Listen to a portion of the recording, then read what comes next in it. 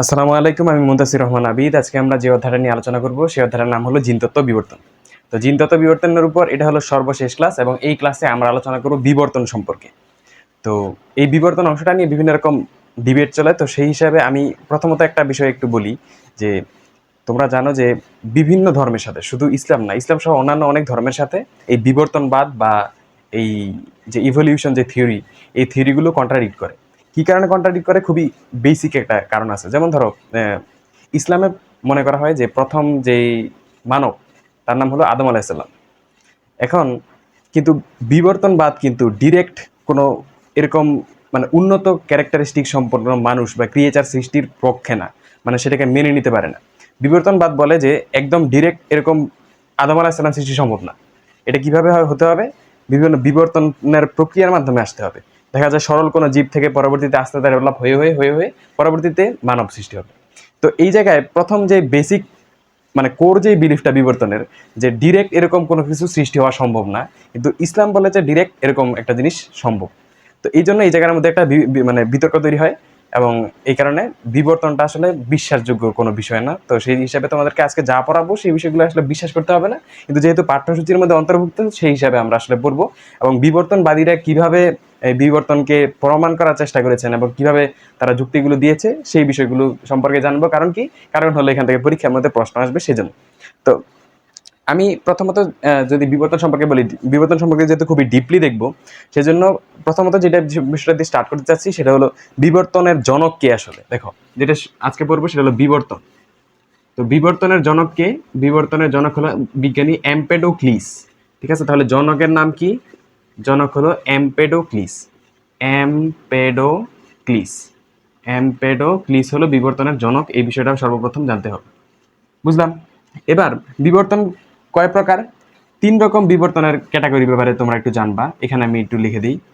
আছে হলো মাইক্রো বিবর্তন, আছে কি মেগা বিবর্তন, আর আছে ম্যাক্রো বিবর্তন। আচ্ছা, ম্যাক্রো, আরেকটা কি মেগা, আরেকটা কি বিবর্তন বললাম?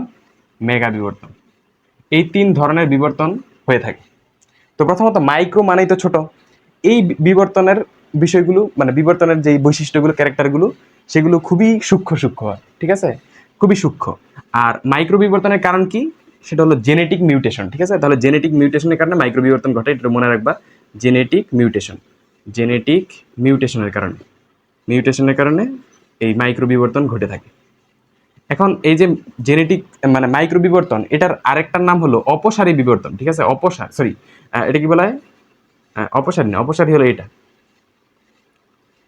এটাকে বলা অভিসারী বিবর্তন। অভিসারী, অভিসারী বিবর্তন।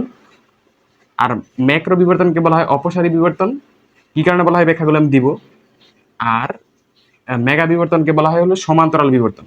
এই তিনটা আইডিয়া আমি একটু ব্যাখ্যা করছি, দেখো খুবই অল্প সময়ের মধ্যে এই বিষয়টা বুঝতে পারবা, ইজি। মাইক্রো বিবর্তনটাকে কি কারণে অভিসারী বিবর্তন বলা হয়? অভিসারী আর অপসারীর মধ্যে তফাৎটা হলো এরকম। অপসারী হলো এরকম, এরকম একটা জায়গা থেকে এরকম ব্রাঞ্চিং তৈরি হবে। আর অভিসারীর মধ্যে কি হয়? উল্টা, মানে একটা জায়গায় সব কিছু এসে মিলিত হবে, এটাকে বলে অভিসারী। তাহলে এটা হলো এই যে পরে যে ডাকলাম, এটা হলো অভিসারী।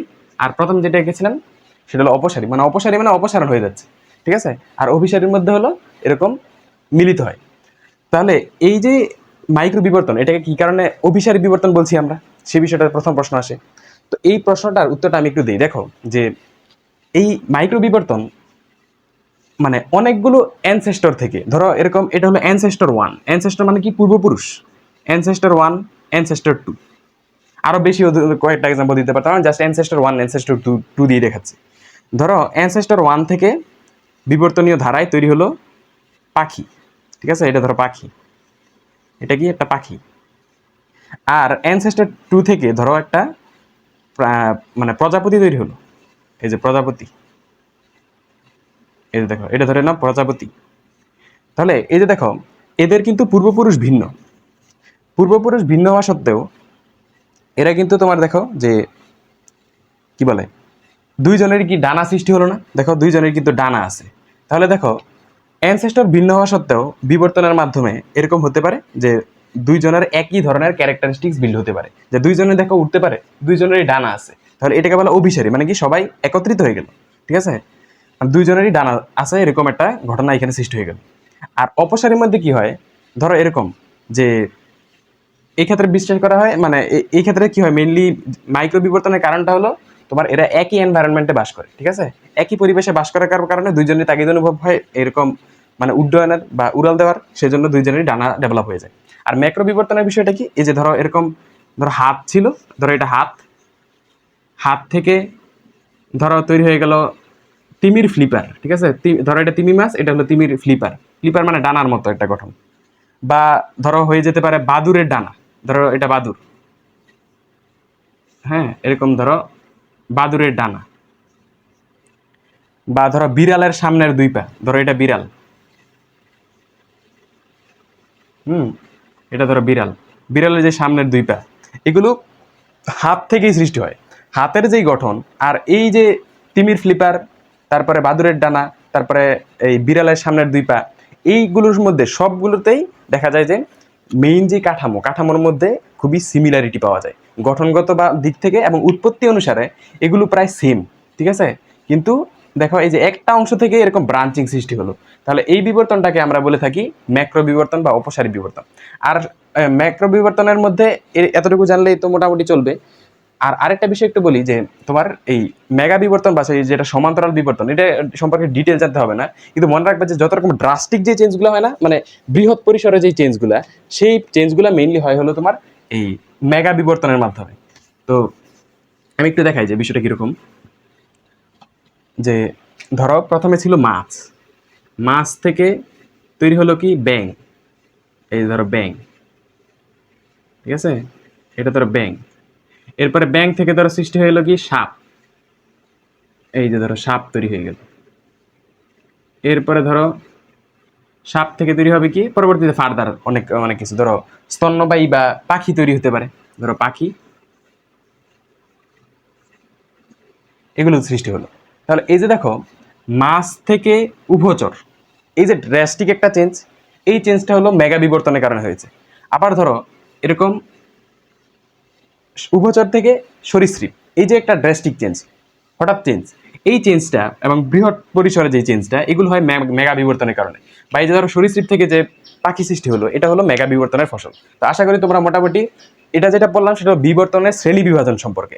এখন আমরা আচ্ছা, তাহলে দেখো প্রথম কথা তো তোমরা ওই বিষয়টা আশা করি বুঝতে পারলা যে কি কারণে ধর্মের সাথে আসলে এই বিবর্তনবাদটা কন্ট্রাডিক্ট করে। কারণ হলো ধর্ম অনুসারে প্রথম মানব হলো আদম আলাইহিস সালাম, আর বিবর্তনবাদীরা ক্রমেই এটা বিশ্বাস করে না যে আস্তে আস্তে, ওরা বিশ্বাস করে যে আস্তে আস্তে কোনো একটা সরল প্রাণী থেকে রূপান্তর হয়ে হয়ে বিভিন্ন রকম মানে প্রক্রিয়ার থ্রুতে গিয়ে গিয়ে আলটিমেটলি এরকম মানব সৃষ্টি হয়েছে, কিন্তু আসলে এরকমটা হয় নাই। তো সেটা হলো বিষয়টা। তো এই সম্পর্কে বিভিন্ন রকম রেফারেন্স আছে, যেমন ধরো সূরা আল ইসরা, সূরা আল হিজর, তারপরে সূরা আল বাকারা, সূরা আল মুমিনুন সহ অনেক জায়গার মধ্যে এই রিলেটেড বিভিন্ন রকম মানে নিদর্শন আছে যে প্রথম সৃষ্টিটা আদম আলাইহিস সালাম, এবং সেই বিষয়টার সাথে আসলে বিবর্তনবাদটা কন্ট্রাডিক্ট করে, সেই জন্য সেটা বিশ্বাসযোগ্য না এবং এটা বিশ্বাস করার প্রয়োজন নাই। তো এটা হলো প্রথমত শ্রেণী বিভাজন, এটা আমরা এই সম্পর্কে জানলাম। এখন আমরা জানবো বিবর্তন সম্পর্কিত বিভিন্ন রকম মতবাদ এবং সেই মতবাদের প্রবক্তা কারা সেই সম্পর্কে। আচ্ছা দেখো, এখন যেটা দেখবো সেটা হলো বিবর্তনের মতবাদ সম্পর্কে। বিবর্তন রিলেটেড বিভিন্ন রকম মতবাদ আছে, তো কি কি প্রসিদ্ধ মতবাদ আছে সেই বিষয়গুলো আমরা একটু দেখি। দেখো প্রথমে আছে যেটা ল্যামার্ক, বিজ্ঞানী ল্যামার্ক, দেন হলো অর্জিত বৈশিষ্ট্যের উত্তরাধিকার সম্পর্কিত মতবাদ, এটা একটা বিবর্তনের মতবাদ। এটা ছাড়া ডারউইন দেন কি প্রাকৃতিক নির্বাচনের মতবাদ, বা এটাকে ইংলিশে বলা হয় ন্যাচারাল সিলেকশন। আর এরপরে ভাইসম্যান দিয়েছেন কি নিউ ডারউইনিজম এবং জার্ম প্লাজম সোমাটোপ্লাজম মতবাদ। এটা ছাড়াও বিজ্ঞানী ভ্রিজ দিয়েছেন পরিব্যক্তি মতবাদ, আর হেকেল দিয়েছেন পরিবৃত্তি মতবাদ। একটু এগুলোর মধ্যে একটু ডিফারেন্স করে নিবা, আর এখান থেকে বিভিন্ন রকম এমসিকিউ হয়, সেজন্য তোমরা এই অংশটা একটু ভালোভাবে পড়ে নিবা। আচ্ছা, এবার আমরা আসলে বইয়ের মধ্যে খুব সবগুলো মতবাদের একদম ডিটেল ব্যাখ্যা দেখবো না, বইয়ের মধ্যে জাস্ট ল্যামার্কের মতবাদ বা ল্যামার্কিজম আর ডারউইনের যে মতবাদ ডারউইনিজম, বা যেটাকে বলছি প্রাকৃতিক নির্বাচন মতবাদ, এই দুইটাকে একটু ডিটেইল ভাবে আলোচনা করা হয়েছে, বাদ বাকিগুলো সম্পর্কে তেমন একটা আলোচনা করা হয়নি। তো ল্যামার্ক মতবাদ সম্পর্কে যদি একটু বলি, প্রথম কথা হলো যে বিজ্ঞানী ল্যামার্ক যে মতবাদ দেয় সেটা হলো ল্যামার্কিজম, বা এটাকে আরেকটা নামে ডাকা হয় অর্জিত বৈশিষ্ট্যের উত্তরাধিকার মতবাদ। তো ল্যামার্ক যে বিজ্ঞানী, এই বিজ্ঞানীর মতে, মানে এই বিজ্ঞানী বায়োলজি শব্দের প্রবক্তা, ঠিক আছে, বায়োলজি যে শব্দটা, এই বায়োলজি শব্দের প্রবক্তাকে বায়োলজি, বায়োলজি শব্দের প্রবক্তা হলো বিজ্ঞানী ল্যামার্ক, ঠিক আছে। তাহলে বিজ্ঞানী ল্যামার্ক কি বায়োলজি শব্দের প্রবক্তা। আচ্ছা, এটা ছাড়া আরো একটা বিষয় মনে রাখবা যে আমাদের প্রাণীর মধ্যে যে মেরুদণ্ডী এবং অমেরুদণ্ডী প্রাণীর যে বিভাজনটা, এই বিভাজনটা করেছেন বিজ্ঞানী ল্যামার্ক। তাহলে মেরুদণ্ডী অমেরুদণ্ডীর যে বিভাজন সেটা কি করেন বিজ্ঞানী ল্যামার্ক। তাহলে মেরুদণ্ডী এবং অমেরুদণ্ডী, মেরুদণ্ডী ও অমেরুদণ্ডী এই যে শ্রেণী বিভাজনটা এটা করেন কে বিজ্ঞানী ল্যামার্ক, অমেরুদণ্ডী। তাহলে বুঝলে আশা করি। তাহলে এই দুইটা সম্পর্কে প্রথমত তোমরা বুঝলা।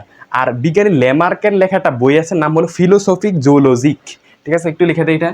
এই যে দেখো এখানে লিখে দিই বইয়ের নামটা ফিলোসফিক জুলজিক,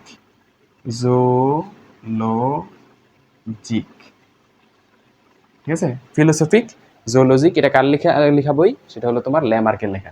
আচ্ছা, এবার ল্যামার্কের যেই মতবাদ বিবর্তন সম্পর্কে, ল্যামার্কের যে মতবাদটা, সেই মতবাদটাকেই বিজ্ঞানী ডটসন, একটু মনে রাখবা নামটা, নাম কি বললাম? ডটসন। এখানে লিখে দিই ডটসন। বিজ্ঞানী ডটসন ল্যামার্কের মতবাদটাকেই 4টা সূত্রের আকারে ব্যাখ্যা করেন। ঠিক আছে, 4টা সূত্রের আদলে ব্যাখ্যা করেন। 4টি সূত্র দিয়ে সে এই ল্যামার্কিজম বা ল্যামার্কবাদ বিষয়টাকে ব্যাখ্যা করেন 4টা সূত্রের আদলে। মানে 4টা সূত্রের মাধ্যমে সে ল্যামার্কের মতবাদটাকেই ব্যাখ্যা করেন। এবং কি কারণে এতগুলো সূত্র তৈরি করলো? কারণ হলো ব্যাখ্যার সুবিধার্থে, যেন ব্যাখ্যাটা ইজি হয়, সেজন্য সে এরকম 4টা সূত্র দিয়েছে। তাহলে আশা করি তোমরা ডটসনের মতবাদ সম্পর্কে বুঝতে পারলা, মানে ডটসনের দেওয়া সূত্র সম্পর্কে। আমরা ল্যামার্কের যেই সূত্র আছে সেই সূত্রে যেই মানে 4টা সূত্র, সেই মানে ডটসনের দেওয়া যেই 4টা সূত্র, সেই সূত্রগুলোকে একটু ডিটেল দেখবো। এবং ল্যামার্কিজম বা ল্যামার্কবাদের যে কি ত্রুটি ছিল বা কি সীমাবদ্ধতা ছিল, সেই বিষয়গুলো আমরা এখন দেখবো। আচ্ছা, তার আগে একটা বিষয় বলি দেখি, ডারউইনের মতবাদ এরকম তোমার 6টা ধাপে ব্যাখ্যা করা হয়, সেই বিষয়টা দেখবো। তো প্রাথমিকভাবে যেটা দেখছি সেটা হলো ল্যামার্কের এই 4টা সূত্র সম্পর্কে। দেখো এখন যেটা দেখবা সেটা হলো বিবর্তন সম্পর্কিত ল্যামার্কিজমের, অর্থাৎ ল্যামার্কের যে মতবাদ সম্পর্কে বললাম যে 4টা সূত্রের আদলে এই বিষয়টাকে এক্সপ্লেইন করা হয়। দেখো ল্যামার্কিজমের এই 4টা সূত্রটা কি আসলে? প্রথমত হলো বৃদ্ধি সম্পর্কিত উনি কিছু বর্ণনা দিয়েছেন। ওনার মতে অন্তঃজীবনী শক্তির প্রভাবে জীবদেহের আকার এবং অঙ্গ প্রত্যঙ্গের বৃদ্ধি ঘটে। ঠিক আছে, এটা হলো ওনার ভাষ্য। কিন্তু কথা হলো যে আধুনিক যেই জিনতত্ত্ব বা জেনেটিক্স, সেই জেনেটিক্সের মত হলো যে এই জীবের বৃদ্ধি এবং অঙ্গ প্রত্যঙ্গের যেই বৃদ্ধি, সেই বিষয়টা বিভিন্ন রকম জেনেটিক মিউটেশন, তারপরে ধরো জেনেটিক রিকম্বিনেশন, এরপরে ন্যাচারাল সিলেকশন, বিভিন্ন কারণ দিয়ে প্রভাবিত হয়। তো ওনার মধ্যে শুধুমাত্র অন্তর্জীবনী শক্তির বর্ণনার কথা বলা আছে, সেটা আসলে অ্যাপ্লিকেবল হবে না, সেটা হলো বিষয়। আচ্ছা, তাহলে এই কারণে বৃদ্ধির যেই সম্পর্কিত ল্যামার্কিজম বা ল্যামার্কের যে মতবাদটা, সেই বিষয়টা ভুল। আচ্ছা, এটা ছাড়া আরো কি বিষয় আছে? 2 নম্বর যে সূত্রটা, পরিবেশের প্রভাব এবং জীবের সক্রিয় প্রচেষ্টা এবং আঙ্গিক পরিবর্তন, এটা হলো দ্বিতীয় সূত্রের কথা। আচ্ছা, এটার মধ্যে দেখো বর্ণনাটা কি বলা হয়েছে? সদা পরিবর্তনশীল পরিবেশে সৃষ্ট অভাববোধ ও নিরন্তর প্রচেষ্টার কারণে আঙ্গিক পরিবর্তন ঘটে। দেখো এখানে বলা আছে যে অভাববোধের কারণে আঙ্গিক পরিবর্তন সম্পন্ন হতে পারে। তো এটার ব্যাখ্যাটা এভাবে দেওয়া হয় যে যদি মানে অভাববোধ করলেই যদি আঙ্গিক পরিবর্তন ঘটতো, তাহলে মানুষও তো যদি এরকম অভাববোধ সৃষ্টি করে যায়, মনে করে যে আমার ডানার প্রয়োজন, যদি ডানার প্রয়োজন সে মনে করে, ডানার অভাব বোধও করে, তাও আসলে কোনো ক্রমেই মানুষের ডানা সৃষ্টি হবে না। তার মানে এই দৃষ্টিকোণ থেকে এই যে আঙ্গিক পরিবর্তনের বিষয়টা, যেটা অভাববোধের কারণে সৃষ্টি হবে বলার কথা মানে বলা হয়েছে, এক্ষেত্রে এই বিষয়টা কিন্তু ভুল। তাহলে এই দুইটা বিষয় তোমরা আশা করি বুঝতে পারলা ভালোভাবে। আর এর বইয়ের মধ্যে যে এক্সাম্পলটা দেওয়া আছে সেটা হলো জিরাফের ব্যাপারে। হ্যাঁ, জিরাফ কিন্তু তোমার মানে এই জিরাফের যে স্নায়ুতন্ত্র, সেই স্নায়ুতন্ত্র তাকে উপরে উঠে খাবার আহরণ করার জন্য উৎসাহিত করেছে বা উদ্দীপনা সৃষ্টি করেছে। সেই বিষয়টা আসলে এইটার আদলে ব্যাখ্যা করেছে, সেটা খুব বেশি ইম্পর্টেন্ট না। তারপরে একটা বিষয় বলি যে ব্যবহার ও অব্যবহার। তো ল্যামার্কের মতে যদি কোনো একটা প্রাণী তার কোনো একটা বিশেষ অঙ্গকে খুব বেশি ব্যবহার করে, তাহলে সেটা ক্রমে ডেভেলপ হতে থাকে। আর যদি ব্যবহার না করতে থাকে, তাহলে সেটা বিবর্তনীয় ধারায় একসময় বিলুপ্ত হয়ে যায়। সেটা হলো ব্যবহার এবং অব্যবহারের মূল ভাষ্য। তো ব্যবহার করলে ডেভেলপ হবে, ব্যবহার না করলে মানে বিলুপ্ত হয়ে যাবে। তাহলে ব্যবহার কিন্তু দেখা গেছে যে এরকম হয়েছে যে বিভিন্ন মানে অঙ্গের উপরে এক্সপেরিমেন্ট করতে গিয়ে দেখা গেছে যে অনেক ক্ষেত্রে ব্যবহার করার ফলেও ওই অঙ্গ ডেভেলপ না হয়ে বরং সেটা আরো মানে উল্টা মানে রিয়েক্ট করা শুরু করে দিয়েছে। ধরো যে হওয়ার কথা ছিল বৃদ্ধি না হয়ে দেখা গেল আরো শুকনা হয়ে শুরু করে দিল। তো এই রকম বিষয় আসলে ঘটতে পারে ব্যবহার। আচ্ছা, অব্যবহার করলে কি হবে? সেটা একসময় বিলুপ্ত হয়ে যাবে। তো এটার এক্সাম্পলটা কিভাবে দেওয়া হয় যে উট পাখি কিন্তু উঠতে পারে না। ঠিক আছে, উট পাখি উঠতে পারে না, তো এভাবে বিশ্বাস করা হয় যে অনেক আগের যেই বংশধর ছিল উট পাখির সেইগুলো উঠতে পারতো, কিন্তু বর্তমান মানে পরবর্তীতে কি করলো, মানে যে উট পাখিগুলো ছিল সে তাদের আসলে উড়ার প্রয়োজন পড়তো না। তারা দেখা গেল যে লোকালয় থেকেই বা স্থল থেকেই খাদ্য এবং যাবতীয় বিষয় সংগ্রহ করতে পারতো, যার কারণে ডানার তেমন প্রয়োজন ছিল না, ডানা তারা ব্যবহার করতো না, যার ফলে আস্তে আস্তে ডানাটা নিষ্ক্রিয় হয়ে গেছে। এখন চাইলেও উট পাখি আর উঠতে পারে না। তো এই বিষয়টা আসলে লেমার্কের ভাষ্য। কিন্তু এটা দেখা গেছে যে এরকম একটা এক্সপেরিমেন্ট করা হয়। এক্সপেরিমেন্টের মধ্যে এক্সপেরিমেন্টের আইডিয়াটা হলো তোমার যে ড্রসোফিলা একটা মাছি আছে, একটু লিখে দিই এখানে দেখো, যে ড্রসোফিলা, এই ড্রসোফিলা যে মাছিটা, এই ড্রসোফিলা মাছি কিন্তু দেখতে পায়, সব মাছি দেখতে পায়, ড্রসোফিলা মাছিও দেখতে পায়। তো এরা কি করলো, ড্রসোফিলা নামক একটা মাছিকে অন্ধকার একটা জায়গার মধ্যে দীর্ঘদিন রাখতে থাকলো। এবং রাখতে রাখতে কি হবে, যেহেতু অন্ধকারের মধ্যে কোনো আলো নেই, সুতরাং ওই তার চোখগুলো ব্যবহৃত হচ্ছিল না। ব্যবহার না হওয়ার কারণে কি হওয়ার কথা, ল্যামার্কিজম অনুসারে এটা ক্রমে ক্রমে নষ্ট হয়ে যাওয়ার কথা, বিলুপ্ত হয়ে যাওয়ার কথা। কিন্তু দেখা গেল যে মানে দীর্ঘদিন যাবৎ এই কাজ করার পরে এখানে একটা মানে এরকম অন্ধকার অবস্থায় এদের মধ্যে জনন ঘটানো হয়। জনন ঘটানোর ফলেও দেখা যায় যে মানে যুগের পর যুগ না, মানে বংশ পরম্পরায় এই সবগুলো মাছই স্বাভাবিক হচ্ছিল, ঠিক আছে, সবগুলি মানে দেখার ক্ষমতা সম্পন্ন হয়েছিল। তার মানে অব্যবহারের যে বিষয়টা, অব্যবহার করলেই মানে কোনো কিছু ব্যবহার না করলে যে সেটা বিলুপ্ত হয়ে যাবে সে কথাটা সত্য না। তো এরকম তোমার এই ক্ষেত্রে ৭৫ প্রজন্ম, ঠিক আছে, এটা মনে রাখো, 75 জেনারেশন এরকম ক্রস ঘটানো হয়েছে। অন্ধকার জায়গায় রেখে রেখে এক্সপেরিমেন্ট করেও দেখা গেছে যে তারা সবাই স্বাভাবিক দৃষ্টি সম্পন্ন হয়েছে। তার মানে অব্যবহার করলেই যে মানে চোখ নষ্ট হয়ে যাবে এরকম না বিষয়টা। তো সেটা হলো এই অব্যবহারের আইডিয়াটা। আর সর্বশেষ আরেকটা বিষয় আমি একটু তোমাকে জানাই, সেটা হলো তোমার অর্জিত বৈশিষ্ট্যের উত্তরাধিকার মতবাদ সম্পর্কে। দেখো এই যে সর্বশেষ যেটা, ওই অর্জিত বৈশিষ্ট্যের উত্তরাধিকার মতবাদটা কি, মানে ধরো যে পিতামাতা যেই বৈশিষ্ট্যগুলো অর্জন করবে এটা পরবর্তীতে বংশ পরম্পরায় সন্তান সন্ততিতে সঞ্চারণ হতে থাকবে। এটা হলো অর্জিত বৈশিষ্ট্যের উত্তরাধিকার মতবাদের মেইন কথা। কিন্তু দেখা গেছে যে ধরো একটা লোক মানে বডি বিল্ডার, অনেক ব্যায়াম ট্যায়াম করে তার পেশি ডেভেলপ করলো, কিন্তু তার যে সন্ততি তাদের মধ্যে দেখা গেছে যে এই যে পেশি বা এই যে শক্তি, এই শক্তি স্থানান্তর হচ্ছে না, বা তারা আসলে এত মাস্কুলার হচ্ছে না। তার মানে অর্জিত বৈশিষ্ট্য উত্তরাধিকার মতবাদটা ভুল। আচ্ছা, তাহলে বডি বিল্ডার আইডিয়া দিয়ে এটা বুঝতে পারলাম। এটা ছাড়াও আরো দেখা গেছে যে ইঁদুরের, এরা কি করলো, বিজ্ঞানীরা ইঁদুরের লেজ কেটে কেটে এদের মধ্যে প্রজনন ঘটাতে থাকলো, এবং দেখলো যে বংশ পরম্পরায় কোনো ক্রমেই এরকম হচ্ছে না যে মানে লেজ কেটে দেওয়ার কারণে পরবর্তী জেনারেশনের বাচ্চা ইঁদুরদের মধ্যে লেজ তৈরি হচ্ছে না, বরং সবার ক্ষেত্রেই স্বাভাবিকভাবেই লেজ তৈরি হচ্ছিল। তার মানে যদি অর্জিত বৈশিষ্ট্যটা যদি সঞ্চালিত হতে থাকতো, তাহলে কিন্তু আস্তে আস্তে এরকম জেনারেশন তৈরি হতো যাদের কোনো লেজই থাকতো না। কিন্তু যেহেতু এটা স্থানান্তরিত হচ্ছে, সুতরাং এটা কিন্তু সঠিক না। তাহলে এরকম কত জেনারেশন পর্যন্ত ইঁদুরের ক্রস ঘটানো হয় সেটা মনে রাখবা যে 22 জেনারেশন পর্যন্ত। এটা যেমন 75 জেনারেশন, এটা হলো 22 জেনারেশনের সব ইঁদুরের মধ্যে এরকম লেজ কেটে কেটে ক্রস ঘটানো ঘটিয়ে ঘটিয়ে দেখা হয়েছে যে এগুলো আসলে স্থানান্তরিত হয় না। আচ্ছা, এবার আরেকটা বিষয় বলি। দেখো, ভারতীয় উপমহাদেশে মেয়েরা কি করে, তোমার নাক এবং কান ছিদ্র করে, নাক ছিদ্র করে, কান ছিদ্র করে। তো নাক এবং কান ছিদ্র করলে স্বাভাবিকভাবে তাদের বাচ্চা বা ছেলে মেয়ে তাদেরও তো কান ছিদ্র হওয়ার কথা ছিল জন্মগতভাবেই। কারণ কি, কারণ মায়ের যেহেতু কান ছিদ্র করা হয়েছে, যদি অর্জিত বৈশিষ্ট্যের উত্তরাধিকার মতবাদ যদি সত্য হতো, তাহলে এটা পরবর্তী বংশ পরম্পরায় সঞ্চালিত হতো। বা ধরো ইহুদি এবং মুসলমানদের ক্ষেত্রে দেখা যায় যে মুসলমানীকরণ হয়, বা ওই তোমার লিঙ্গের অগ্রভাগে যেই মানে মাসেল আছে ওইখান থেকে কেটে দেওয়া হয়, মানে উপরে একটা মেমব্রেন আছে হালকা, এটাকে বলা প্রিপিউস, এই প্রিপিউসটা কেটে দেওয়া হয়। কিন্তু এটা আসলে যদি এরকম ভাবে বংশ পরম্পরায় স্থানান্তরিত হতে থাকতো, তাহলে এক জেনারেশনে দেখা গেল যে প্রিপিউস কেটে দিলে পরবর্তীতে তাদের বংশধরে বাচ্চা বা সন্তান সন্ততিতে অটোমেটিক এই প্রিপিউসটা কাটা থাকতো, সন্ততি না মানে সন্তানে। তো যেহেতু এটা হয় না, দেখা যায় সবারই আবার প্রিপিউস তৈরি হয়, মানে জন্ম হলেই প্রিপিউস তৈরি হচ্ছে। সুতরাং এই অর্জিত বৈশিষ্ট্যের উত্তরাধিকার মতবাদটা আসলে সত্য না, সেই বিষয়টা আমি বুঝাতে চাচ্ছিলাম। আচ্ছা, তাহলে বুঝলা যে প্রত্যেকটা ব্যাখ্যায় দিয়ে দিলাম, প্লাস কি কারণে সেটা বিতর্কিত সেই বিষয়টাও বলে ফেললাম। এখন আমরা যে বিষয়টা আলোচনা করব সেটা হলো ডারউইনিজম সম্পর্কে। আচ্ছা দেখো, ডারউইনের যে মতবাদ, ডারউইনের মতবাদটাকে মেইনলি এরকম 6টা ধাপে ব্যাখ্যা করা হয়। তাহলে ডারউইনিজম বা ডারউইনবাদ যেটা, এটাকে কয়টা ধাপে ভাগ করা হয়? 6টা ধাপে ভাগ করা হয়।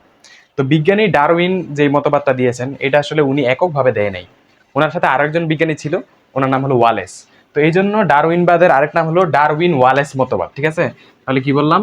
ডারউইন ওয়ালেস, ডারউইন ওয়ালেস মতবাদ, ওয়ালেস মতবাদ। ডারউইন ওয়ালেস মতবাদ বলা হয় ডারউইনিজমকে, মতবাদ। এটা বুঝলা। এবার আরেকটা বিষয় বলি, বিজ্ঞানী ডারউইনের একটা বই আছে, বইয়ের নাম হলো origin of species by means of natural selection. একটু বইয়ের নামটা লিখে দিই, origin of species, origin of species by means of natural selection, means of natural selection. এটা হলো তোমার ডারউইনের লেখা বইয়ের নাম, সিলেকশন। বুঝলা? আচ্ছা, এবার আসো মেইনলি ডারউইনবাদের যে 6টা ধাপ, এই 6টা ধাপের মধ্যে উনি কি বলতে চেয়েছেন সেই বিষয়টা একটু দেখি। প্রথম কথা হলো জীবের যেই বংশবৃদ্ধি এটা কেমন, খুবই উচ্চ হারে হয়। তাহলে বংশবৃদ্ধির উচ্চ হার, প্রথম কথা হলো এটা ডারউইন বলেছেন যে জীবের মানে বংশবৃদ্ধি হবে খুবই উচ্চ হারে।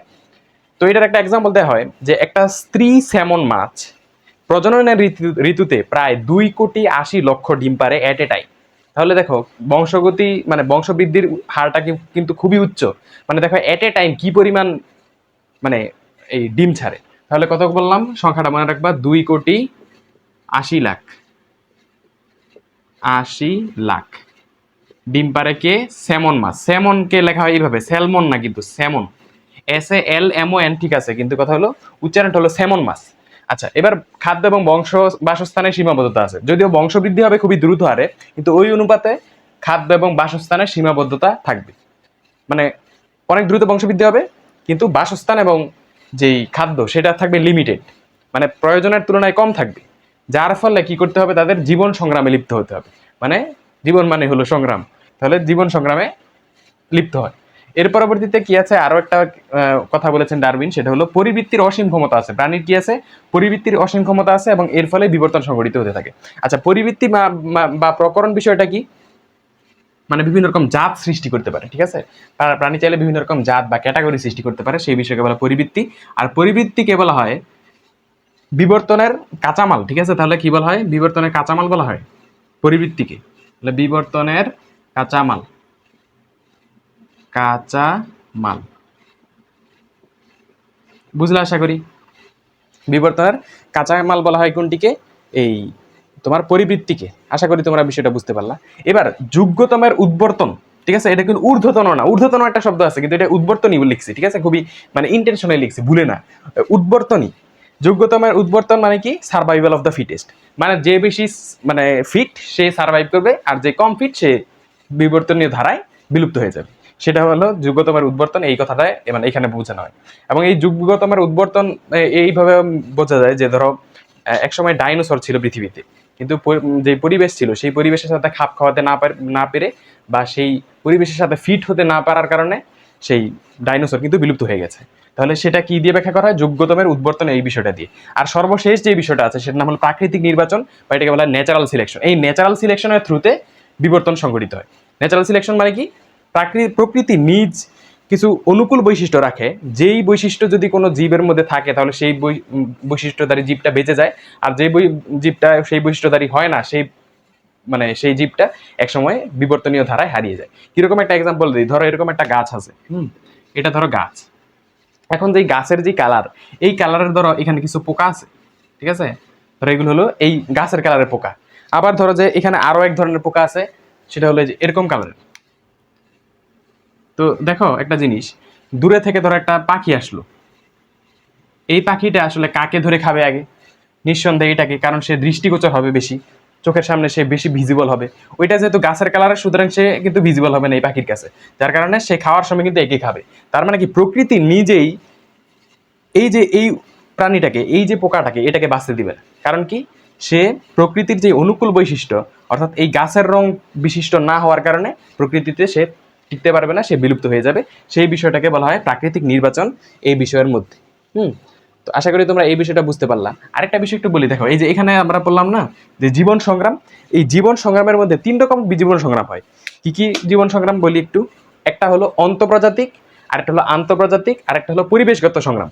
দেখো একটু এই বিষয়টা দেখাই, যেখানে 3 রকম জীবন সংগ্রাম আছে। একটা হলো অন্তঃপ্রজাতিক, অন্তঃপ্রজাতিক, অন্তঃপ্রজাতিক সংগ্রাম।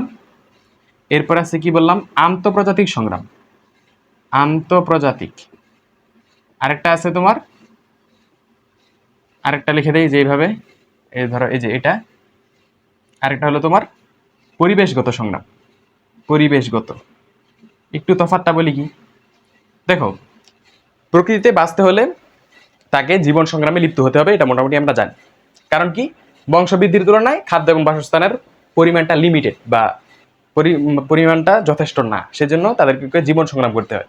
তো সংগ্রাম বিভিন্ন রকম হতে পারে, অন্তর্প্রজাতিক হতে পারে, মানে একই প্রজাতির জীবের মধ্যে এই জীবন সংগ্রাম হতে পারে। একটা এক্সাম্পল দিই, ধরে নাও এটা একটা দ্বীপ আছে, ঠিক আছে, এখানে ধরো একটা দ্বীপ, এই দ্বীপের মধ্যে এরকম এগুলো ধরো হরিণ, বড় হরিণ, আবার ধরো এরকম কিছু ছোট হরিণ আছে, এখানে ধরো এরকম বড় বড় ঘাস আছে।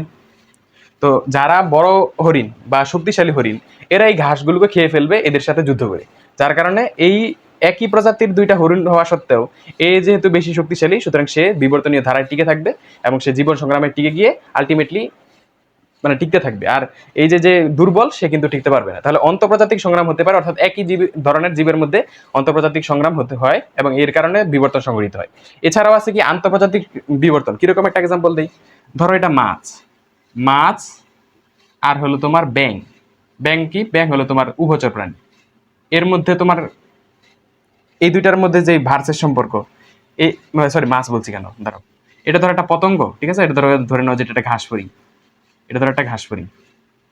এই ঘাস ফড়িংকে চাবে কি এই ব্যাংকটা খেয়ে ফেলতে, আবার এই ব্যাংককে চায় কে, সাপে খেয়ে ফেলতে চায়। এ ধরো এটা সাপ, ঠিক আছে, এটা ধরে নাও সাপ। তো এই সাপ চায় এই ব্যাংককে ধরে খেয়ে ফেলতে, আবার এই সাপকে চায় কে ধরে খেয়ে ফেলতে, ধরো গুই সাপ বা হতে পারে কি চিল বা বাজ পাখি, সে চায় খেয়ে ফেলতে। তাহলে দেখো এদের মধ্যে এই প্রকৃতিতে যদি বেঁচে থাকতে হয়, এই পতঙ্গকে এই ব্যাঙের কাছ থেকে বেঁচে থাকতে হবে, এই ব্যাংকে সাপের কাছ থেকে বেঁচে থাকতে হবে, এই সাপকে আবার বাজ পাখির কাছ থেকে বেঁচে থাকতে হবে। এই যে এরকম যে ভিন্ন ভিন্ন প্রজাতির মধ্যে যে সংগ্রামটা হয়, বেঁচে থাকার সংগ্রাম, সেটাকে বলা হয় আন্তঃপ্রজাতিক সংগ্রাম। আর লাস্টলি যেটা আছে সেটা হলো পরিবেশগত সংগ্রাম। এটার একটা এক্সাম্পল দিই, একটা অনেক বছর আগে একটা হাতি পাওয়া যেত, সেটাকে বলা হতো মামুথ হাতি, MAMMOTH, মামুথ হাতি। এই মামুথ হাতিটা অনেক বড় ধরনের হাতি, অনেক বিশাল হাতি। তো এই হাতি বিবর্তনীয় ধারা এক সময় হারিয়ে গেছে। কি কারণ, কারণ হলো এই হাতিটা তোমার মানে যেই তৎকালীন যে পরিবেশটা ছিল সেই পরিবেশের সাথে খাপ খাওয়াইতে পারে নাই, যার কারণে সে বিলুপ্ত হয়ে গেছে। তাহলে এরকম পরিবেশগত কারণেও এরকম বিভিন্ন প্রাণী বিলুপ্ত হয়ে যেতে পারে। তাহলে সেটাই আমি বুঝতে চাচ্ছিলাম। তাহলে এর মধ্যে দিয়ে আমাদের ডারউইনবাদ সম্পর্কে একটা ধারণা হয়ে গেল। আরেকটা বিষয় একটু বলি, যে এখানে আরেকটা বিষয় আছে, সেটা হলো তোমার নব্য ডারউইনবাদ। ঠিক আছে, নব্য ডারউইনবাদ মানে ডারউইনবাদকে কিছুটা সংশোধন করে, কিছু রূপান্তর করে, কিছু যোজন বিয়োজন করে এটা আরেকটা থিওরি দাঁড় করানো হয়েছে, সেটার নাম হলো নব্য ডারউইনবাদ, বা এটাকে বলা হয় নিউ ডারউইনিজম। ঠিক আছে, আমি একটু এখানে লিখে দিই, নতুন আরেকটা কি নাম শিখলাম আমরা এখন, নিউ ডারউইনিজম। এই যে নব্য ডারউইনবাদ, নব্য ডারউইনবাদ, ডারউইনবাদ। এই নব্য ডারউইনবাদ দেন কে, বিজ্ঞানী ভাইজম্যান। ঠিক আছে, ভাইজম্যান, বিজ্ঞানী ভাইজম্যান হলো তোমার নব্য ডারউইনবাদ দেন। এবং ভাইজম্যানের যে ভাষ্যটা, মানে ভাইজম্যান আসলে নব্য ডারউইনবাদ দেন। আরো এখানে আর তেমন কিছু পড়তে হবে না, এই নব্য ডারউইনবাদ সম্পর্কে ডিটেল জানা লাগবে না। এখানে একটা বিষয় মনে রাখবা, ভাইজম্যান আরো একটা বিষয়ের সাথে আমাদেরকে ইন্ট্রোডিউস করেন, সেটার নাম হলো জার্ম প্লাজম সোমাটোপ্লাজম মতবাদ। জার্ম প্লাজম সোমাটোপ্লাজম মতবাদ, জার্ম প্লাজম সোমাটোপ্লাজম, সোমাটোপ্লাজম মতবাদ, জার্ম প্লাজম এবং সোমাটোপ্লাজম মতবাদ। ঠিক আছে, তাহলে জার্ম প্লাজম সোমাটোপ্লাজম মতবাদের ভাষ্যটা কি, জার্ম প্লাজম সোমাটোপ্লাজম মতবাদের ভাষ্য জানা লাগবে না, জাস্ট এটা মনে রাখো যে জার্ম প্লাজম যেটা যে জিনিসটা, সেটা পাওয়া যায় কোথায়, জনন কোষে। ঠিক আছে, জনন কোষ, কারণ কি জার্ম সেল মানে হলো জনন কোষ, জনন কোষে পাওয়া যায় জার্ম প্লাজম। আর মনে রাখবা যে সোমাটোপ্লাজম কোথায় পাওয়া যায়, সোমাটোপ্লাজম পাওয়া যায় হলো দেহ কোষে। এই বিষয়ে দুই জাস্ট মনে রাখবা, তাহলেই চলবে। তাহলে এর মধ্যে দিয়ে আমাদের বিবর্তন সম্পর্কিত বিভিন্ন মতবাদ সম্পর্কে একটা প্রাথমিক আইডিয়া হয়ে গেল। এখন আমরা যে বিষয়টা পড়বো সেটা হলো বিবর্তনকে প্রমাণ করার জন্য কি কি যুক্তি আছে, সেই যুক্তিগুলো সম্পর্কে আমরা পড়বো, মানে এভিডেন্স পড়বো, যে কি কারণে বিবর্তন সত্য, সেই বিষয়গুলো বিজ্ঞানীরা কিভাবে ব্যাখ্যা করেছে, সেই বিষয়টা এখন আমরা দেখব। দেখো যে বিষয়টা এখন দেখবো সেটা হলো বিবর্তনের কিছু সপক্ষের যুক্তি, যে কি কারণে বিবর্তন সত্য, সেই বিষয়ে বিজ্ঞানীরা কি কি যুক্তি দিয়েছে, সেই বিষয়টা এখন আমরা দেখব। দেখো এখানে মেইনলি মানে বিবর্তনের পক্ষে অনেক রকম যুক্তি আছে, যেমন অঙ্গ সংস্থানিক কিছু প্রমাণ আছে, ভ্রূণতাত্ত্বিক প্রমাণ আছে, তারপরে জীবাশ্মগত এবং ভূতত্ত্বীয় প্রমাণ আছে। এটা ছাড়াও আরো বিভিন্ন রকম প্রমাণ আছে, তবে মোটা দাগে বললে এটা হলো মোস্ট ইম্পর্টেন্ট। এখন অঙ্গ সংস্থানিক প্রমাণগুলোর মধ্যে প্রথমত যে বিষয়টা আসছে সেটা হলো তুলনামূলক সারির স্থান সম্পর্কে। এখানে দুইটা বিষয় আমি একটু বলি। দেখো যে আমরা যে দুইটা বিষয় দেখবো সেটা হলো মেরুদণ্ডী প্রাণীর হৃৎপিণ্ডের গঠন আর হলো মস্তিষ্কের গঠন, এই দুইটা বিষয় সম্পর্কে। তাহলে তুলনামূলক সারির স্থানের মধ্যে আমরা কি দেখবো? হৃৎপিণ্ড সম্পর্কে, আরেকটা হলো মস্তিষ্ক সম্পর্কে। কাদের? মেরুদণ্ডী প্রাণীদের হৃৎপিণ্ড আর মস্তিষ্ক। তো এখন আমরা বই থেকে যদি তোমাদেরকে একটু দেখাই, ওয়েট, আচ্ছা বই থেকে আমি যে বিষয়টা তোমাদেরকে একটু দেখাবো, দেখো জানি না কতটুকু তোমরা দেখতে পাচ্ছ, এখান থেকে একটু দেখো যে এখানে জাস্ট এই চিত্রটা দেখো, এই চিত্রটা থেকে আমি ব্যাখ্যাটা ওই বোর্ডেই দেখাবো, জাস্ট এই চিত্রটা দিকে একটু লক্ষ্য করো। এখন আমরা বোর্ডের মধ্যে মেইন বিষয়টা দেখব। দেখো যে মেরুদণ্ডী প্রাণীদের যে হৃৎপিণ্ডর বিবর্তনটা কিভাবে হয়েছে সেটা এভাবে ব্যাখ্যা করা হয় যে মাছ যেটা ছিল প্রথমে, মাছ, এই মাছের যে হৃৎপিণ্ড এটার মধ্যে জাস্ট দুইটা প্রকোষ্ঠ ছিল, ঠিক আছে? কয়টা প্রকোষ্ঠ? একটা, দুইটা। এর পরবর্তীতে মাছ থেকে সৃষ্টি হলো কি? উভচর। তাহলে উভচর যেটা আছে, এই যে ধরো এটা ছিল উভচর। তাহলে এই যে উভচরের ক্ষেত্রে দেখা যায় যে হৃৎপিণ্ডের প্রকোষ্ঠ কয়টা? তিনটা। ধরে নাও এই যে এরকম তিনটা, 1 2 3। এরপরে সেখান থেকে কি সৃষ্টি হয়? সরীসৃপ সৃষ্টি হয়। ধরে নাও যে এটা তৈরি হলো সাপ, বা ধরো গুইসাপ, এরকম গুইসাপ ধরো, যাক সমস্যা নেই। তো সরীসৃপ, সোজা কথা হলো সরীসৃপ আর কি। তো এরকম যদি সরীসৃপ হয় তাহলে সরীসৃপের ক্ষেত্রে তোমার এই যে এদের যে হৃৎপিণ্ড, এই হৃৎপিণ্ডের প্রকোষ্ঠ কয়টা? সেটা হলো এরকম, এই দুইটা, আর এটা সম্পূর্ণ না, এই যে এরকম অর্ধেক। মানে একটা দুইটা, দুইটা হলো একদম পূর্ণ প্রকোষ্ঠ, আরেকটা হলো এই যে আরো দুইটা প্রকোষ্ঠ আছে কিন্তু সেগুলো সম্পূর্ণ না। তার মানে অসম্পূর্ণ 4 প্রকোষ্ঠ, মানে কমপ্লিটলি 4 প্রকোষ্ঠ না, অসম্পূর্ণ 4 প্রকোষ্ঠ। আর এর পরবর্তী সরীসৃপ থেকে যখন পাখি তৈরি হয়, ধরে নাও এই যে পাখি, এটা ধরো পাখি, এই পাখির যে হৃৎপিণ্ড সেটা হলো সম্পূর্ণ 4 প্রকোষ্ঠ বিশিষ্ট। এই যে দেখো, মানে এই দাগটা আমি সম্পূর্ণ মিলিয়ে দিয়েছি উপরে, দেখো তাহলে এই যে 4টা হলো। তাহলে এইভাবে বিবর্তনটা সংঘটিত হয়েছে। তার মানে এইভাবে বোঝানো হয় যেহেতু হৃৎপিণ্ড তো ক্রমে ক্রমে বাড়তে থাকছে, অর্থাৎ বিবর্তনের ধারাটা আসলে এইভাবে গিয়েছে, সেই বিষয়টা আসলে এই হৃৎপিণ্ডের গঠন থেকে বোঝা গেল। আচ্ছা, এই প্রমাণটা তারা দেয়। এটা ছাড়া আরেকটা বিষয় আছে কি? মস্তিষ্ক সম্পর্কে। মস্তিষ্কের মধ্যে নর্মালি মস্তিষ্ক 5টা খণ্ডে বিভক্ত। কয়টা খণ্ড? 5টি খণ্ড। এই যে 5টা খণ্ড, এই 5টা খণ্ড সম্পর্কে তোমাদেরকে জানতে হবে। মানে জানতে হবে না, জাস্ট বললাম যেটা, সেটা হচ্ছে তোমার এই এই এরপরে চিত্রটা দেখাই। দেখো এই চিত্রটা দেখলে তোমরা বুঝতে পারবা। এই যে এখানে, এই যে এখানে দেখতে পাচ্ছ না যে আস্তে আস্তে প্রাণীর মধ্যে প্রথমে এক সময় মস্তিষ্ক ছিল এরকম, এরপর আরেকটু উন্নত হলো উভচরের ক্ষেত্রে, এরপর সরীসৃপের ক্ষেত্রে আরো উন্নত হলো, এরপর পাখির ক্ষেত্রে আরো উন্নত হলো, এরপর একদম আলটিমেটলি যে স্তন্যপায়ীর ক্ষেত্রে আরো বেশি উন্নত হলো। তাহলে এই যে যে তোমার সেরেব্রাম এবং সেরেবেলাম, ঠিক আছে, সেরেব্রাম এবং সেরেবেলামের ক্রমোন্নতি হচ্ছে, সেই বিষয়টা দিয়ে আসলে বোঝানো হচ্ছে যে আস্তে আস্তে বিবর্তনীয় ধারায় উন্নত ধরনের প্রাণী সৃষ্টি হচ্ছে। ঠিক আছে, তাহলে কার কার উন্নতি ঘটছে মস্তিষ্কের ক্ষেত্রে? সেরেব্রাম আর সেরেবেলামের গঠন, সেরেব্রাম ও সেরেবেলাম, বা না অথবা, হ্যাঁ বা মানে প্লাস আর কি, আরেকটা কি? সেরেবেলাম। এই দুইটার কি হচ্ছে? বিবর্তন সংঘটিত হচ্ছে, মানে এরা উন্নত হচ্ছে আর কি ক্রমশ। তাহলে এটা হলো তুলনামূলক সারি স্থানের মেইন বিষয় আসে। আচ্ছা, তাহলে এতটুকু বুঝলা। এবার আসলে আমরা নেক্সট বিষয়টা পড়ি, সেটা হলো কি সমসংস্থ অঙ্গ এবং সমবৃত্তীয় অঙ্গ সম্পর্কে। সমসংস্থ অঙ্গ মানে হলো যাদের মানে গঠনগত দিক থেকে এরা আসলে ভিন্ন, মানে গঠনগত দিক থেকে এক আসলে, ঠিক আছে, গঠনগত দিক থেকে যারা এক, এদেরকে বলা হয় সমসংস্থ অঙ্গ। মানে উৎপত্তি এবং গঠনগত দিক থেকে যদি এক হয় তাহলে তাকে বলা সমসংস্থ অঙ্গ। তাহলে ঠিক আছে, কি কি বললাম? উৎপত্তি এবং গঠনগত দিক থেকে যেসব অঙ্গ প্রায় সেম তারা হলো সমসংস্থ অঙ্গ। এদের কাজে ভিন্নতা থাকতে পারে। যেমন একটা এক্সাম্পল দিই, ধরো এটা হলো হাত, ঠিক আছে, এটা হলো হাত। এই হাত দিয়ে আমরা কি করি? বিভিন্ন রকম কাজকর্ম করি। এখন এই হাতের যে ইন্টারনাল গঠন, বাদুরের যেই ডানা, ধরে নাও যে এটা, এই বাদুরের ডানারও গঠন প্রায় সেম, ঠিক আছে, গঠন প্রায় সেম, গঠন এবং উৎপত্তি একই, সেম, কিন্তু দুইটার কাজ কিন্তু ভিন্ন। হাত দিয়ে মানুষ কি করে? জিনিসপত্র ধরে, আর ডানা দিয়ে বাদুর কি করে? উড়াল দেয়। তাহলে দুইটার কাজে ভিন্নতা আছে। তার মানে কি উৎপত্তি গঠনগত দিক থেকে যদি এক হয় কিন্তু কাজে ভিন্নতা থাকে তাহলে বলা হয় সমসংস্থ অঙ্গ।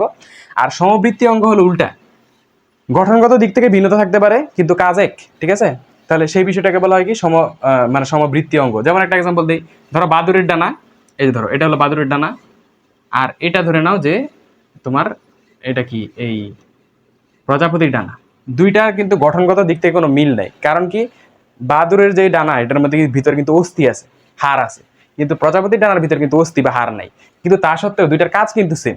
সমবৃত্তি, বৃত্তি মানে কি কাজ, সম মানে কি একই, একই কাজ, মানে দুইটার কাজ সেম, দুইটা দিয়ে উড়ান মানে উড্ডয়নের কাজ করে বা উড়াল দেওয়ার কাজ করে, কিন্তু দুইটার গঠনগত দিক থেকে ভিন্নতা আছে। তাহলে গঠনগত এবং উৎপত্তিগত দিক থেকে যদি সেম হয়, কাজে ভিন্নতা থাকা সত্ত্বেও এটা সমসংস্থ অঙ্গ, আর গঠনগত দিক থেকে যদি ভিন্ন হয় কিন্তু কাজ যদি সেম হয়, তাহলে এটা হলো পরস্পর সমবৃত্তি অঙ্গ। তো এই বিষয়টাও আসলে বিবর্তনের সপক্ষে একটা যুক্তি। তো এটাকে এইভাবে উপস্থাপন করা হয়। এটা ছাড়াও আরো কি কি আছে, ভ্রূণতাত্ত্বিক প্রমাণ আছে। আচ্ছা, ভ্রূণতাত্ত্বিক প্রমাণটা আমি তোমাদের একটু বই থেকে দেখাবো। দেখো যে এই কোথায় গেল, ওয়েট ওয়েট ওয়েট, হ্যাঁ দেখো, এই যে এটা হলো তোমার ভ্রূণতাত্ত্বিক প্রমাণ। প্রত্যেকটা প্রাণী, মাছ হোক, সরীসৃপ হোক, পাখি হোক, স্তন্যপায়ী হোক, প্রত্যেকটা দেখো যে ভ্রূণ অবস্থায় প্রায় দেখতে সেম সেম, ঠিক আছে, সবগুলোই একদম সেম সেম।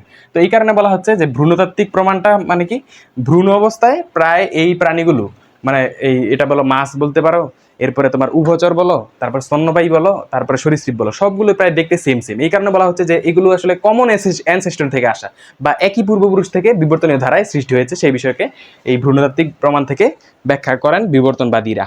ঠিক আছে, আশা করি তোমরা সেই বিষয়টা বুঝতে পারলে। আচ্ছা, আর একটা বিষয় তোমাদের একটু অ্যাড করে দিই। দেখো যে বইয়ের মধ্যে তোমরা যখন পড়বা তখন সমসমস্ত অঙ্গ এবং সমবৃত্তি অঙ্গের কিছু এক্সাম্পল পাবা। কিরকম, আমি কয়েকটা সমবৃত্তি অঙ্গের এক্সাম্পল দিই, কি কারণে এটা সমবৃত্তি অঙ্গ এমনি পাবা। কিভাবে দেখি বলি, পাখি ডানা, প্রজাপতির ডানা সমবৃত্তীয়, কারণ কি দুইটা দিয়ে উড়ার কাজ করে। এরপরে মৌমাছি, কাঁকড়া বিছার হুল, মৌমাছির হুল দিয়ে যেই কাজ করে, তারপরে কাঁকড়া বিছার হুল দিয়েও সেই কাজ করে, সুতরাং এরাও কি সমবৃত্তি অঙ্গ। এছাড়াও মাছের পাখনা, তিমি মাছের পাখনা সেম, সরি তিমি মাছের ফ্লিপার, ফ্লিপার মানে পাখনার মধ্যে একটা অংশ আর কি। তো দুইটা দিয়ে একই কাজ করে, সাঁতারের কাজ করে। এরপরে অক্টোপাসের চোখ, মানুষের চোখ, দুইটা দিয়ে দেখার কাজ করে, সুতরাং এরা কি সমবৃত্তি অঙ্গ। দেখো মানে এরকম জোড়া জোড়া দেওয়া থাকলে আর যদি দেখো কাজ সেম, তাহলে বুঝবা যে এরা হলো সমবৃত্তি অঙ্গ। আর সমসমস্ত অঙ্গের ক্ষেত্রে এক্সাম্পল কি আছে, সমসমস্তের এক্সাম্পল মধ্যে তো আমি বললামই, এই যে তোমার এই মানুষের হাত, তারপরে বাদুরের ডানা, তারপর বিড়ালের অগ্রপথ, এগুলো হলো মানে গঠনগত দিক থেকে সেম, কিন্তু কাজের মধ্যে যথেষ্ট ভিন্নতা আছে, এটা হলো সমসংস্থ অঙ্গ। আচ্ছা, এরপরে এবার দেখো আমরা আরেকটু সামনের দিকে যদি অগ্রসর হই, তোমাদেরকে ভ্রূণতাত্ত্বিক, ও আচ্ছা সরি, এই বিষয়টা একটু মিসিং হয়ে গেছে। তবে নিষ্ক্রিয় অঙ্গসমূহের যে ব্যাখ্যাটা, এটা একটু বলি। যখন তোমরা, আচ্ছা ভ্রূণতাত্ত্বিক প্রমাণটা তো বুঝলাই, ভ্রূণতাত্ত্বিক প্রমাণের আইডিয়াটা আশা করি তোমরা বুঝতে পারলা। দেখো আমি যেটা বলতে চাচ্ছি সেটা হলো এই নিষ্ক্রিয় অঙ্গসমূহের যে ব্যাখ্যাটা। মানুষের দেহের মধ্যে প্রায় 100রও বেশি, ঠিক আছে, কত 100+, ঠিক আছে, 100রও বেশি নিষ্ক্রিয় অঙ্গ আছে। তাহলে নিষ্ক্রিয় অঙ্গগুলো মানে দেহের মধ্যে তেমন কোনো গুরুত্বপূর্ণ ভূমিকা পালন করে। যেমন এক্সাম্পল হতে পারে লোমের কোনো ডিরেক্ট ভূমিকা নাই। তারপরে হতে পারে অ্যাপেন্ডিক্স, তারপরে তোমার হয় চোখের মানে কি বলে উপপল্লব, বা এটাকে বলে নেকটেটিং মেমব্রেন। এটা ছাড়াও আরো একটা আছে, একটু বলি, কানের পেশি, তারপর ককটিক্স, এইগুলোও আছে। ঠিক আছে, ককটিক্স মানে হলো পুচ্ছাস্তি। এই বিষয়গুলো তোমার নিষ্ক্রিয় অঙ্গের মধ্যে পড়ে। এই যে নামগুলো বললাম, এটা তোমরা স্পেসিফিকলি নোট করো। আমি আরেকবার একটু বলে দিই এখান থেকে, লোম, উপপল্লব, আক্কেল দাঁত, কানের পেশি, ককটিক্স, অ্যাপেন্ডিক্স। ঠিক আছে, লোম, উপপল্লব, আক্কেল দাঁত, কানের পেশি, ককটিক্স এবং অ্যাপেন্ডিক্স, এরা হলো নিষ্ক্রিয় অঙ্গ। এখন দেখো এই নিষ্ক্রিয় অঙ্গগুলো মানুষের শরীরে আছে, তার মানে কিন্তু এগুলোর কোনো কাজ নাই। তার মানে বোঝা যাচ্ছে যে পূর্বপুরুষের হয়তো কোনো কাজে প্রয়োজন পড়তো, সেই কারণে এটা ছিল, এবং সেই পূর্বপুরুষের স্মৃতি বহন করছে, এরকম একটা ব্যাখ্যা এখানে বলা হয়। ঠিক আছে, যে এই পূর্বপুরুষের স্মৃতি বহন করছে এই অ্যাপেন্ডিক্স মানে এরকম নিষ্ক্রিয় অঙ্গগুলো, এটা দিয়ে আমরা মানে এই এভলিউশন বা বিবর্তনকে প্রমাণ করে থাকি। আচ্ছা, তাহলে বুঝলা নিষ্ক্রিয় অঙ্গসমূহের ব্যাখ্যাটা। এবার আরেকটা ভ্রূণতাত্ত্বিক প্রমাণের মধ্যে মোটামুটি তো বললামই, ভ্রূণতাত্ত্বিক মানে ওই যে ছোট অবস্থায়, ভ্রূণ অবস্থায় প্রায় দেখতে প্রায় সবগুলো সেম সেম হয়। আর সর্বশেষ যেটা আছে সেটা হলো কি জীবশ্বকতা এবং ভূতাত্ত্বীয় প্রমাণ সম্পর্কে। দেখো এখানে এই ঘোড়ার বিবর্তনের ধারা থেকে আমরা সেই বিষয়টা দেখব। দেখো আমি এটাও বই থেকে তোমাদেরকে দেখাই, বইয়ের মধ্যে আসলে চিত্রগুলো আছে তো এগুলো একটু ভিজুয়ালাইজেশন ইজি হয়। দেখো এখানে আমি জানি না আসলে কতটুকু দেখা যায়, স্পষ্ট বোঝা যায় কিনা, আমি জাস্ট দেখাচ্ছি এখান থেকে। দেখো এরকম একটা ঘোড়া ছিল। ঘোড়া প্রথমে যেই প্রাণী থেকে উৎপত্তি হয়, ঘোড়ার বর্তমান যে ঘোড়াকে আমরা বলি ইকুয়াস, এই যে এখানে লিখে আছে, একটু লিখে দিই তোমাদেরকে, ইকুয়াস, ঠিক আছে, ইকুয়াস। এই যে ইকুয়াস ঘোড়াটা ইওহিপ্পাস নামে, এই যে হিপ্পাস নামক একটা প্রাণী থেকে বর্তমান ঘোড়া তৈরি হয়েছে। ঠিক আছে, ইওহিপ্পাস হলো এই বর্তমান যে ঘোড়া, আধুনিক ঘোড়ার মানে বলতে পারবো পূর্বপুরুষ। ঠিক আছে, তাহলে ইউহিপ্পাস হলো সর্বপ্রথম পূর্বপুরুষ, আর বর্তমান যেটা আছে সেটা হলো তোমার ইকুয়াস। বর্তমান যে ঘোড়া, আধুনিক ঘোড়া, সেটার নাম কি ইকুয়াস, আর আদি ঘোড়ার নাম হলো ইউহিপ্পাস। এই ইউহিপ্পাস যেই প্রজাতির যেই ঘোড়াটা, সেই ঘোড়া থেকে বর্তমান যে আধুনিক ঘোড়া সেটার উৎপত্তি হয়েছে। এই যে ইউহিপ্পাস থেকে বর্তমান ঘোড়ার উৎপত্তি হয়েছে। এটা এরকম একটা ধারা দেখানো হয়, এই ধারার থ্রুতে ব্যাখ্যা করা হয় যে আস্তে আস্তে উন্নত হতে হতে হতে হতে বর্তমান ঘোড়ায় মানে অবতীর্ণ হয়েছে সেই বিষয়টা। তাহলে এটা দিয়ে ঘোড়ার বিবর্তনের ধারা দিয়ে জীবাশ্মগত এবং ভূতাত্ত্বিক প্রমাণটা দেওয়া হয়। জীবাশ্মগত কি কারণে, মানে এই এই প্রাণীগুলো তোমার মাটির নিচ থেকে পাওয়া গেছে, ঠিক আছে, মাটির নিচে নিদর্শন হিসেবে পাওয়া গেছে বিভিন্ন শিলাস্তরে। সেই শিলাস্তরের বয়স নির্ধারণ করে তারা বুঝতে পেরেছে যে এইভাবে আস্তে আস্তে হয়ে হয়ে এই ডেভেলপমেন্টটা হয়। বুঝলা? এবার দেখো আরেকটা বিষয় কি, সেটা হলো সংযোগকারী সূত্র। দেখো বিবর্তন তো আসলে মানে আস্তে আস্তে বিবর্তন সরল প্রাণী থেকে জটিল প্রাণী সৃষ্টি হয়। তাহলে দেখা গেছে যে তোমার আমরা জানি প্রথমে ছিল মাছ, মাছ থেকে হয় উভচর, উভচর থেকে হয় সরীসৃপ, সরীসৃপ থেকে হয় পাখি বা স্তন্যপায়ী। তাহলে কি বললাম, সরীসৃপ থেকে পাখি। এখানে একটু এটা মুছে দিই আমি। সরীসৃপ থেকে কি তৈরি হয় বললাম, পাখি তৈরি হয়। এখন সরীসৃপ থেকে যে পাখি তৈরি হয়, এটার মাঝামাঝিও তো একটা প্রাণী থাকতে পারতো। সেই প্রাণীটার নাম হলো আর্কিওপটেরিক্স। একটু বলি, সরীসৃপ, সরীসৃপ থেকে তৈরি হওয়ার কথা হয়েছিল কি পাখি। তো সরীসৃপ এবং পাখি দুইটারই বৈশিষ্ট্য পাওয়া গেছে এরকম একটা প্রাণীর নাম হলো আর্কিওপটেরিক্স। একটু লিখে দিই,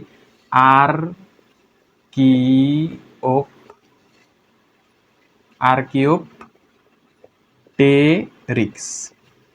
আর্কিওপটেরিক্স হলো তোমার এই সরীসৃপ আর পাখির মাঝামাঝি একটা প্রাণী। এটার মধ্যে আর্কিওপটেরিক্স যে প্রাণীটা, এর মধ্যে সরীসৃপের কিছু বৈশিষ্ট্য আছে, আবার পাখির বৈশিষ্ট্য কিছু আছে।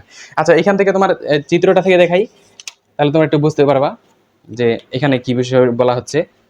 দেখো এই যে এটা হলো তোমার আর্কিওপটেরিক্সের চিত্র, এই যে এটা, এই যে এটা হলো আর্কিওপটেরিক্সের চিত্র। দেখো এটার মধ্যে কি কি আছে, দেখো এটার শরীর হলো আইসযুক্ত, ঠিক আছে। আইস থাকাটা কার বৈশিষ্ট্য, সরীসৃপের বৈশিষ্ট্য।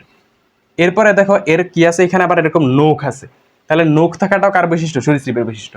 আবার দেখবা যে এখানে মুখের মধ্যে দাঁত আছে, সুতরাং দাঁত থাকাটা কার বৈশিষ্ট্য, সরীসৃপের বৈশিষ্ট্য। সুতরাং তিনটা বৈশিষ্ট্য একদম ভিজিবল বৈশিষ্ট্য পেলাম। আরো বৈশিষ্ট্য আছে, আমি জাস্ট ভিজিবল বৈশিষ্ট্যের কথা বলছি।